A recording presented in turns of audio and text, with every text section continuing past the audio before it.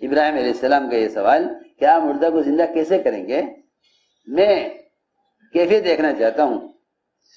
لیکن اللہ تعالیٰ نے فرمایا اولم تؤمن، تو ہمارے کرنے پر یقین نہیں ہے، ہمارے کرنے پر یقین نہیں ہے کہ آپ سوال کر رہے ہیں کیسے کریں گے، کیونکہ اس سوال کے اندر اس بات کا اندیشہ ہے کہ تمہیں مردے کا زندہ، اللہ کے مردے کے زندہ کرنے میں شاید کوئی دقت پیش آئے، شاید کوئی تاخیر ہو، شاید نعوذ باللہ نہ کر سکیں،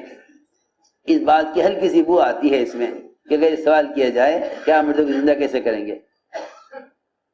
مردے کو زندہ کیسے کریں گے، اولم تؤمن، ہمارے کرنے پر یقین نہیں۔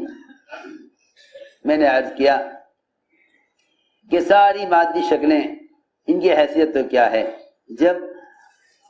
انبیاء علیہ السلام نے ملائکہ کو بھی مدد کے لیے طلب نہیں کیا، آسمان سے فرشتے اترتے تھے، کہیں مسلمانوں کے تعداد کو بڑھانے کے لیے، کہیں براہ راست کفار سے قتال کرنے کے لیے، کہیں براہ راست کفار سے قتال کرنے کے لیے آسمان کے فرشتے اترتے تھے، مسلمانوں کی ضروریات کے لیے۔ اتنی حدیثوں میں بے شمار واقعات ہیں، بے شمار واقعات ہیں۔ حضرت عباس کو باندھنے کے لیے ایک فرشتہ آسمان سے اترا، ورنہ بڑے پست طاقت صحابی تھے وہ، اور چھوٹے قد کے کمزور، جنہوں نے حضرت عباس کو باندھا ہے اور قید کیا ہے۔ حضرت عباس بار بار کہتے تھے کہ میں اتنا لمبا چوڑا آدمی، میں اس کے قابو میں کہاں آ سکتا،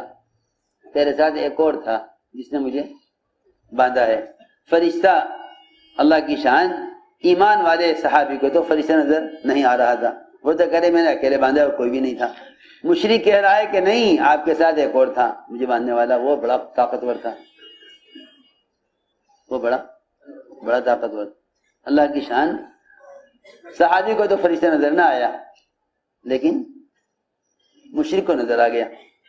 حضرت عباس اس وقت اسلام نہیں لائے تھے، وہ تو دیکھ رہے فرشتے کو، لیکن صحابی کو فرشتہ نظر نہیں آ رہا۔ جب بار بار انہوں نے کہا کہ کسی نے ان کو قید نہیں، کہ میں نے قید کیا ہے، میں نے باندھا ہے، تو فرمایا گیا کہ نہیں، ان کے ساتھ فرشتہ تھا جس نے عباس کو باندھا ہے۔ تو میرے دوستو، میں نے عرض کیا کہ ملائکہ کا نزول مدد کے لیے نہیں ہوا کرتا تھا، بلکہ ملائکہ کا نزول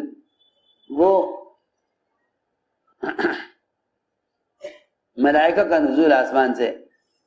وہ تو مجاہدین کی فضیلت میں، جہاد کی فضیلت میں ہوا کرتا تھا، اور بے شک اللہ تعالیٰ نے مدد کی ہے، لیکن کہیں بھی نہ دیکھو گے کہ انبیاء نے مدد کو ملائکہ کی طرح منسوب کر دیا ہو۔ جبرائیل نے کہا کہ ہمارے ساتھ پہاڑوں کا فرشتہ ہے، بتائیے کیا حکم ہے؟ تو میں کہ نہیں، ہمیں آپ کی حاجت نہیں، ہمیں آپ کی حاجت نہیں۔ اسے میں عرض کرنا چاہتا تھا کہ آسمان سے فرشتے خود تقاضا کرتے ہیں اللہ تعالیٰ سے کہ اے اللہ تو ہمیں فلاں کی مدد کے لیے، اے اللہ تو ہمیں فلاں کی مدد کے لیے بھیج دے۔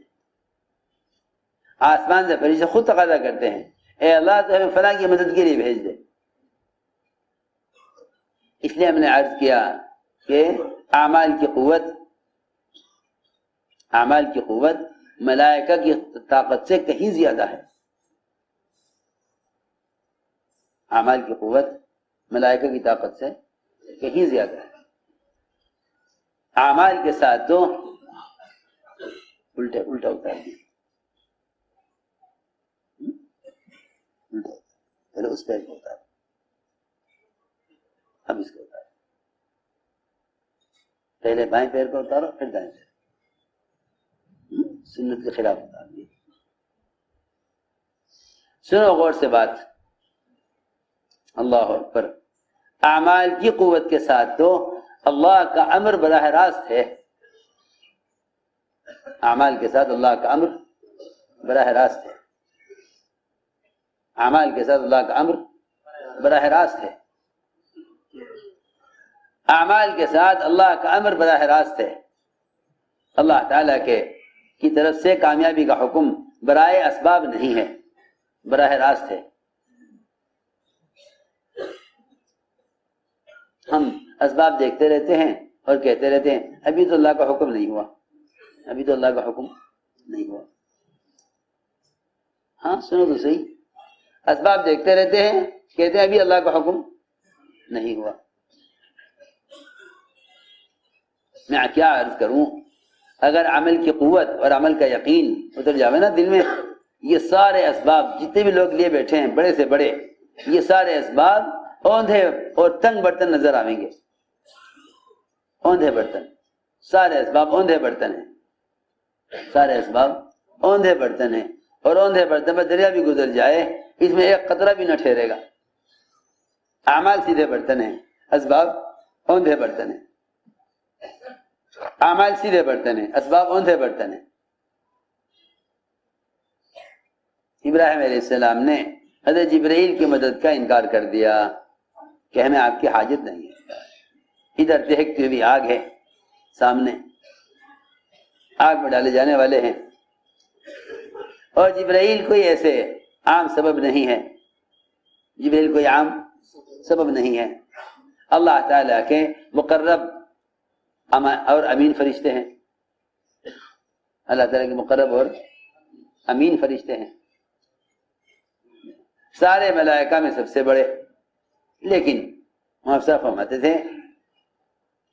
کہ اللہ تعالیٰ کے سامنے اور اس کی محتاجگی میں جبرائیل اور چونٹی دونوں کے دونوں محتاجگی میں برابر ہیں، دونوں محتاجگی میں برابر ہیں۔